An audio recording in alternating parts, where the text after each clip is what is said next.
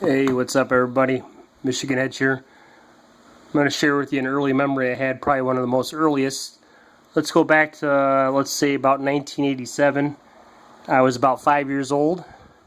I remember Michael Jackson was beating it. And I remember being a little kid. Michael Jackson was the coolest things out there.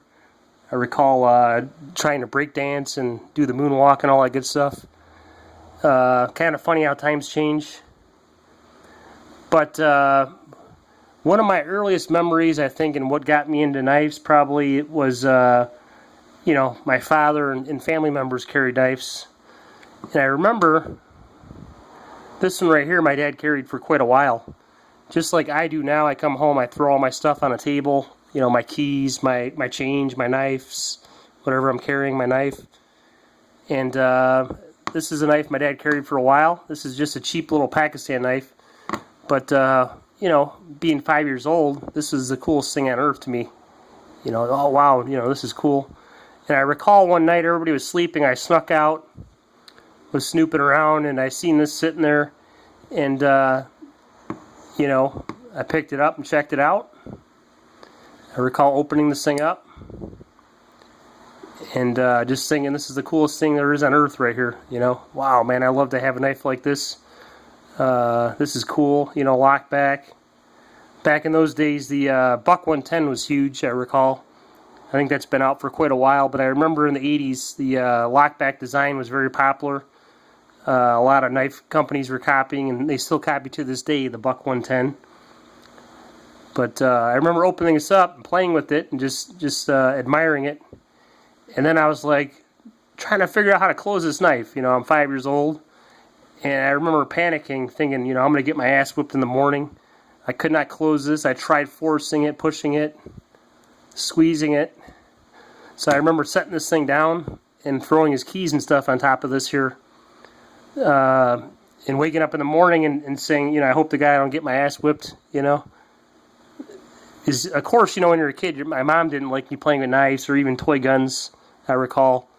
Because a lot of kids were using toy guns and pretending like they were real guns and taking the orange cap off the end. So, I had toy guns when I was a kid, but my mom really didn't like it. And obviously, being 5 years old, you don't want your kids playing with knives. So, I remember in the morning I woke up. I think my dad confronted me. I don't remember, very vaguely. I remember him saying, hey, did you mess with my knife last night or whatever? And I'm like, oh boy, here we go. I'm going to get my butt whipped, And I can't remember exactly what I said to him. You could probably tell I was afraid. And I remember him kind of laughing about it, and he was pretty cool about it. He actually showed me how to open and close the blade. And I think at 5 years old, I probably didn't have the strength to close the knife.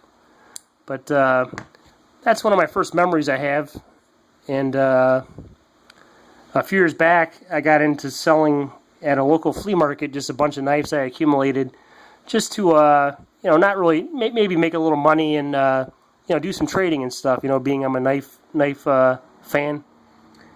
And I remember my dad. I was doing pretty good for a while. I remember my dad coming up to me and giving me a bunch of knives that he carried over the years, like this one here that's worn down. This little cheap Pakistan knife, 420 steel.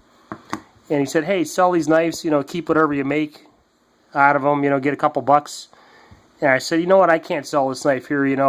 This one, and I have another one." I said, you carried this knife for so long, for years and years and years, and it's over 30 years old now. It just has sentimental value.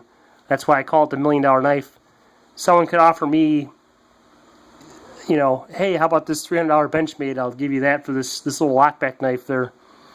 And of course, to me, this has more value than that. It's got sentimental value. So there you go. And of course, now we have the China movement where everything's being made in China. This was a Pakistan knife that was pretty popular back in the day, and some little kid probably lost a finger making this. So, in my opinion, that kind of makes it even more, a little more valuable. Someone probably, slaved making this knife. But there you go. Quick little story, guys. Kind of how Michigan Edge got into knives. That's one of my earliest memories. You guys feel free to go ahead and comment down below if you remember your earliest memories with getting into knives if you're into it. I always like reading the comments, and I appreciate everybody watching. And thanks, Pops, for getting me into you know, knives and passing them down to me. I love you, and thanks everybody. Michigan Edge out.